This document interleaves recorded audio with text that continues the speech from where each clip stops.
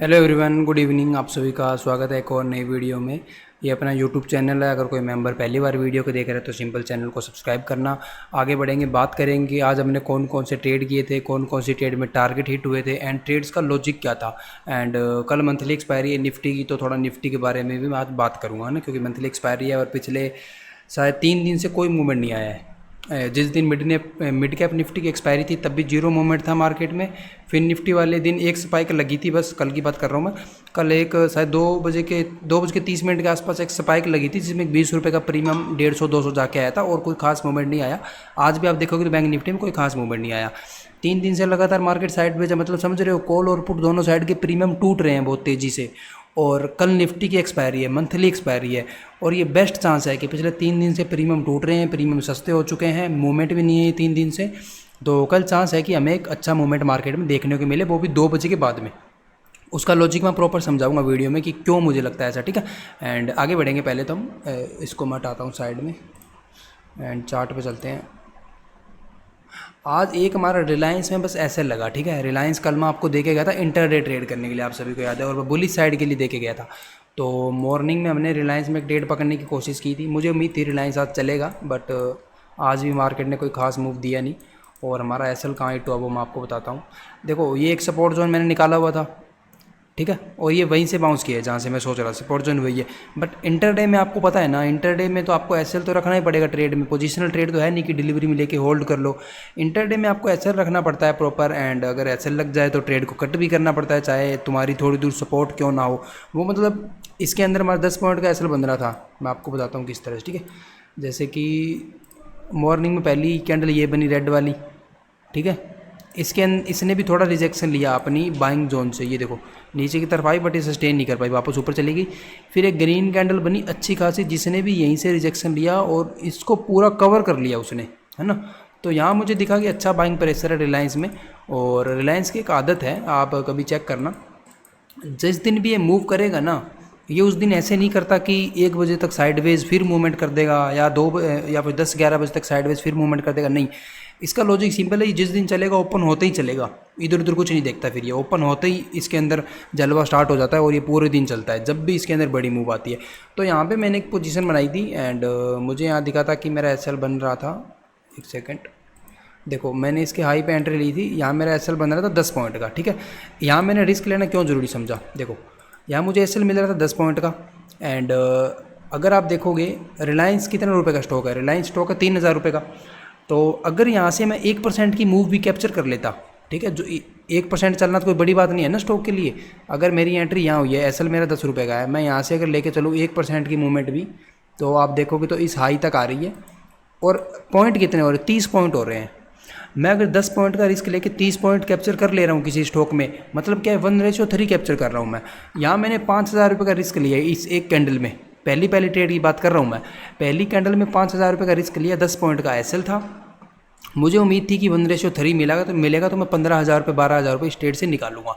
But ये तुरंत reverse हुआ और इसने मेरा एसएल हिट कर दिया, ठीक है, ठीक है, एसएल हिट कर दिया। उसके बाद मैं रिलायंस से दूर हो गया, मैंने कहा मैं इसमें ट्रेड नहीं करूँगा, क्योंकि रिलायंस की आदत है, रिलायंस को निकलना है तो बहुत तेज़ी से निकल जाएगा, है ना।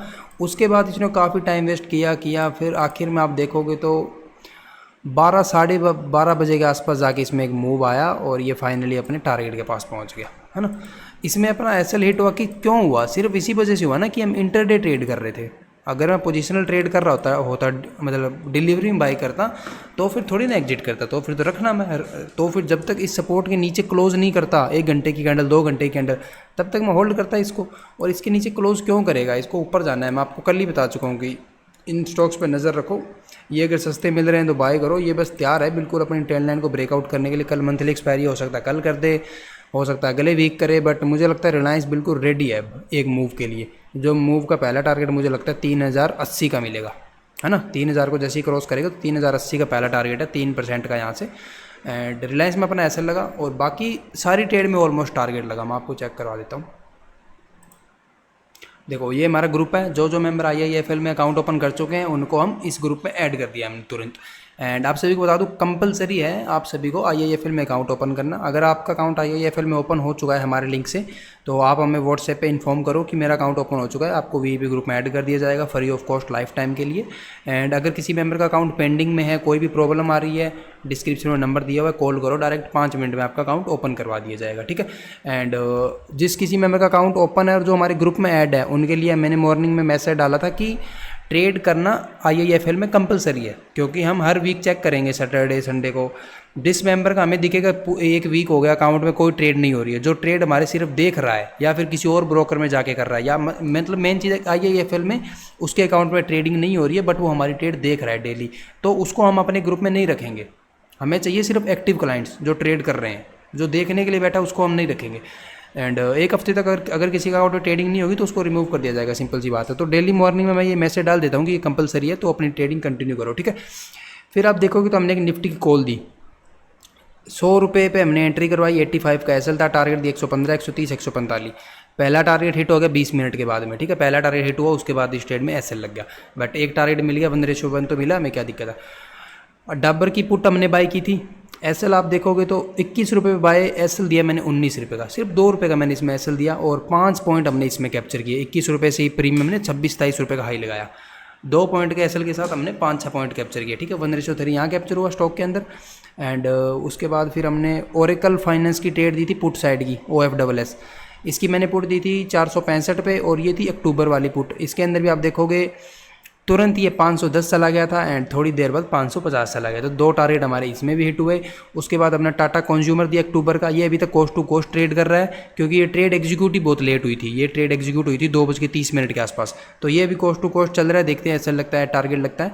एंड LTTS अभी तक नहीं, ये भी एक्टिव ट्रेड है, ये भी रनिंग में ट्रेड है, आप जाके चेक कर सकते हो। 5450 की कॉल 192 से हमारी बाई की हुई है, ठीक है, ये अभी रनिंग में है।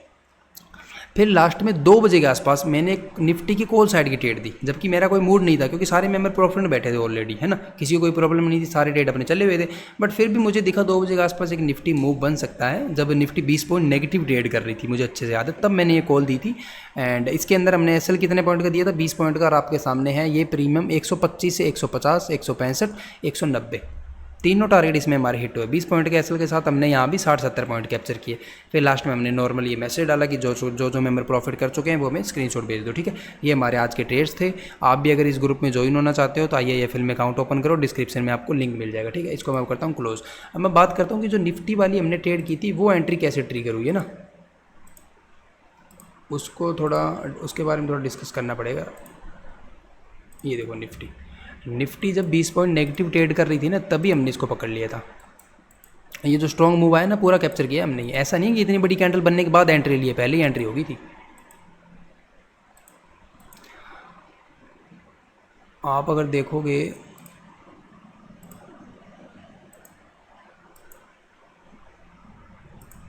ठीक है, देखो निफ्टी ने जब ये वाली अपनी सपोर्ट ब्रेक की थी, ठीक है, यहाँ से काफ़ी सपोर्ट ले रही थी बार बार, फाइनली इसने सपोर्ट ब्रेक की अच्छे वॉल्यूम के साथ। देखो कि कैंडल्स अच्छी है ना, बुरी कैंडल तो नहीं है, बड़ी बड़ी कैंडल्स है, क्या दिक्कत है इन कैंडल्स में।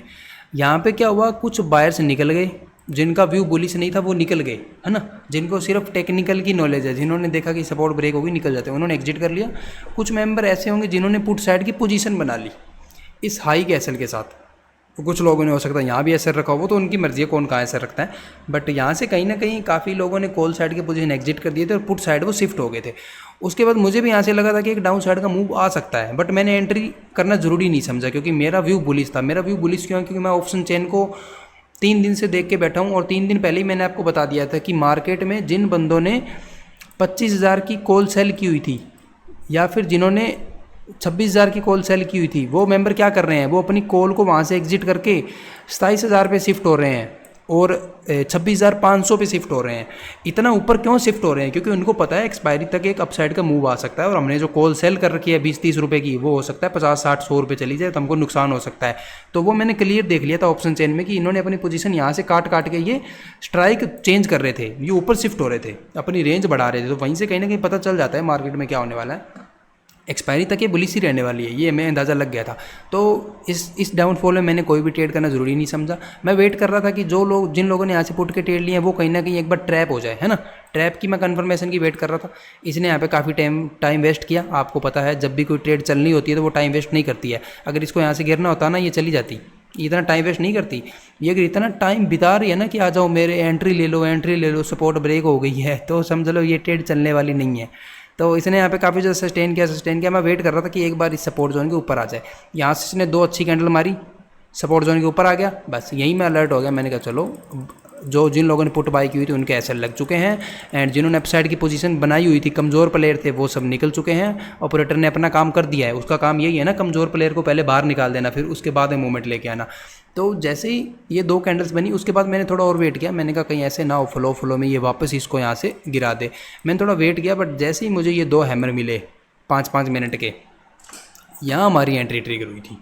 यहाँ मैंने वो एंट्री दी थी, छोटा सा मैंने इसे बिल्कुल एसएल दिया था। यहाँ से इसने जब ये हिट किया तब हमारे 1 या 2 टारगेट लग चुके थे।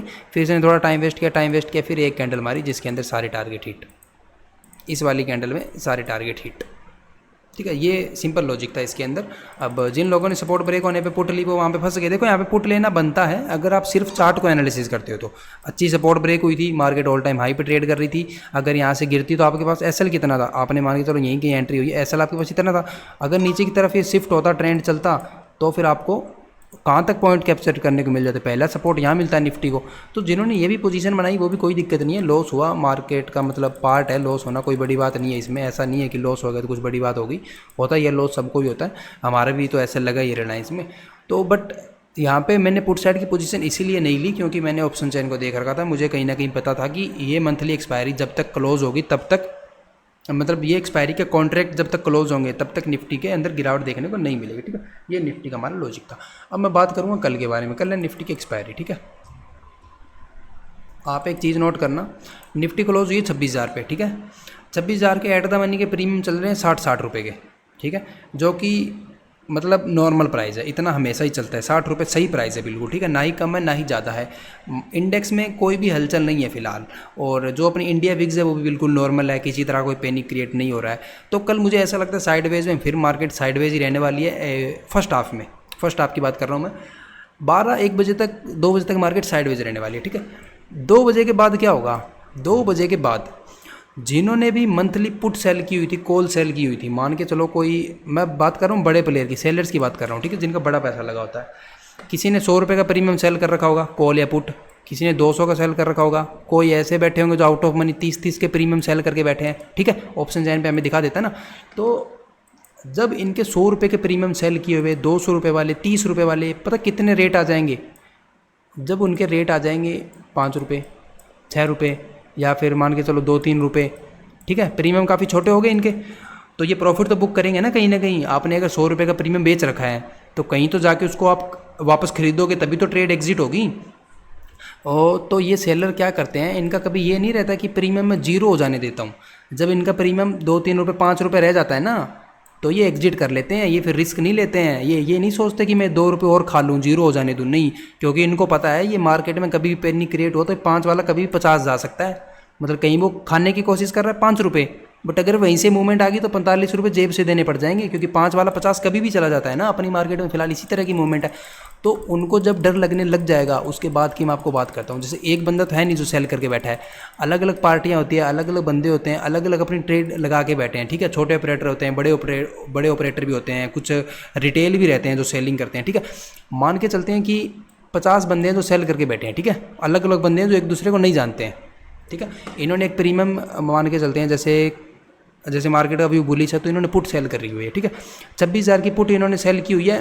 किसी ने 100 रुपये पे, किसी ने 80 रुपये पे, किसी ने 90 रुपये पे, कुछ कल मॉर्निंग में सेल करेंगे ओपन होने पे 60 रुपये पे, कुछ हो सकता है 50 रुपये पे सेल करें, ठीक है। ये सेल करते जा रहे हैं, और जैसे जैसे प्रीमियम गिरता जा रहा है इनका प्रॉफिट बढ़ते जा रहा है। 2 बजे 2:30 बजे के आसपास प्रीमियम आ गया 5 रुपये, ठीक है। 50 बंदों ने सेल कर रखा है 100 रुपये का प्रीमियम, 80 रुपये का प्रीमियम, वो आ चुका है 5 रुपये। अब 50 के 50 एक साथ तो एक्शन लेंगे नहीं, ऐसे तो है नहीं 50 के 50 अपने टच में और बोलेंगे कि चलो भाई पोजीशन को एग्जिट कर लेते हैं, बुक कर लेते हैं। 50 में से 5 या 10 क्या सोचेंगे, 5, 10 या 20 बंदे क्या सोचेंगे कि चलो अच्छा खासा प्रॉफिट मिल गया है, 5 रुपये का प्रीमियम बचा है, अब इसको काट लेते हैं, कहीं लास्ट के 1 घंटे में ऐसे ना हो कोई मूवमेंट आ जाए और अपने को लॉस हो जाए, ठीक है। ये जैसे ही 5 बंदे इस पोजीशन को काटेंगे, इन्होंने पहले सेल किया हुआ था, अब ये बाई करेंगे पोजीशन को एग्जिट करने के लिए, तो ये 5 रुपये वाला प्रीमियम, ये जब 20 बंदे, इनके पास क्वांटिटी बड़ी रहती है, एक लॉट से ट्रेड नहीं करते हैं ये जब इस 5 रुपये वाले प्रीमियम को बार बार एग्जिट करेंगे ना, मतलब अपनी सेलिंग वाली पोजीशन एग्जिट करेंगे और बाय करेंगे, तो ये 5 वाला प्रीमियम क्या करेगा, 8 रुपये जाएगा, 10 रुपये जाएगा, ठीक है, हो सकता है 15 रुपये चला जाए, ठीक है। मूवमेंट आई, 15 रुपये गया, 15 रुपये जाते ही 20 बंदों ने तो एग्जिट कर लिया, पर जो बाकी के 30 रह गए वो क्या देखेंगे, वो देखेंगे अरे भाई 5 रुपये वाला तो 15 रुपये चला गया, और लॉस ना हो जाए, प्रॉफिट बुक कर लेता हूँ। या फिर उन्होंने ट्रेलिंग ऐसे लगाया होगा, है ना, कहीं मान के चलो 10 रुपये, 12 रुपये, 15 रुपये ट्रेलिंग ऐसा लगाया होगा, या कुछ भी उनकी साइकोलॉजी ऐसे कहेगी कि अब इसको हम एग्जिट कर लेते हैं। वो 30 बंदे जब पैनिक में आके एग्जिट करेंगे ना, तब ये प्रीमियम एकदम से जंप मारेगा। वो ऐसे होता है ना कि प्रीमियम 15 वाला एकदम से 70 रुपये, 60 रुपये वो जंप मारता है पैनिक होके। कोई भी प्रीमियम आप देख लेना कि अगर वो 10 रुपये से 200 रुपये जा रहा है, तो पहले 10 रुपये से 20 रुपये वो आराम से जाएगा, इतना फास्ट नहीं जाएगा। 20-25 के बाद जब लोग पैनिक करना स्टार्ट करेंगे ना, उसके बाद वो प्रीमियम जंप करेगा 100 रुपये, 150 रुपये, फिर वो बीच के पॉइंट नहीं दिखाएगा, फिर वो सीधा जंप मारेगा, ठीक है। अब ये बिल्कुल कन्फर्म नहीं है कि कल ऐसा होने ही वाला है, बट ये एक सिनेरियो कल बन सकता, तो मैं ये बोलूँगा कि 2 बजे के बाद में थोड़े अलर्ट रहना एंड और ये ज़रूरी नहीं है पुट साइड में ही हो, मैं पहले ही बता रहा हूँ। मैंने बस आपको एक मतलब चीज़ समझाने की कोशिश की है कि मंथली एक्सपायरी के लास्ट के 1 घंटे में क्या खेल होता है, क्या सिचुएशन बन सकती है, वो मैंने आपको बस समझाने की कोशिश की है। तो यहाँ पे हो सकता है जो पुट सेल करके बैठे हो वो एग्जिट करे या कॉल सेलर एग्जिट करे, तो हम ये प्रेडिक्ट नहीं कर सकते कि मूव किस साइड का आएगा, वो हम प्रेडिक्ट नहीं कर सकते।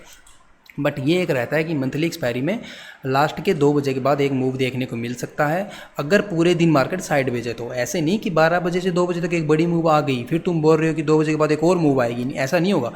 अगर 1:30-2 बजे तक मार्केट साइडवेज है तो इस चीज़ को भी आप नोट करो। कल भी मार्केट साइडवेज थी, आज भी मार्केट साइडवेज, आज बैंक निफ्टी की एक्सपायरी है, ठीक है, आज की बात कर रहा हूँ। आज भी बैंक निफ्टी साइडवेज थी, कल फिर निफ्टी साइडवेज थी, परसों मिड कैप निफ्टी साइडवेज थी, कोई मूवमेंट नहीं है। सेलर बिल्कुल सेफली पैसा बना रहा है, ठीक है, बायर को लॉस हो रहा है साइडवेज मार्केट में, सेलर सेफली पैसा बना रहा है ना, कुछ हो ही नहीं रहा, डेली आ रहा है, सेल करके बैठ जा रहा है, प्रीमियम खा रहा है बैठ के। ऐसे नहीं चलती मार्केट। अगर 3-4 दिन से सेलर बिल्कुल सेफ बैठा है ना, तो समझ लो फिर एक दिन आने ही वाला है जिस दिन एक बड़ी स्पाइक लगने वाली है, झटका लगने वाला है सेलर को। तो वो हो सकता है कल का दिन हो, 2 बजे के बाद में हमें मूव दिखे, 1:30 बजे के बाद में दिखे, एंड अगर कल का दिन भी साइडवेज जाता है तो फिर परसों सनसेक्स वाले दिन कुछ ना कुछ जलवा हो सकता है, ठीक है। तो ये मेरी सिंपल एनालिसिस थी। अगर चार्ट पे एनालिसिस करूँ तो भैया मंथली एक्सपायरी है एंड ऑल टाइम हाई पे निफ्टी खड़ी है, तो मैं क्या ही बताऊँ, यहाँ पे लेवल अच्छे से काम करेंगे नहीं।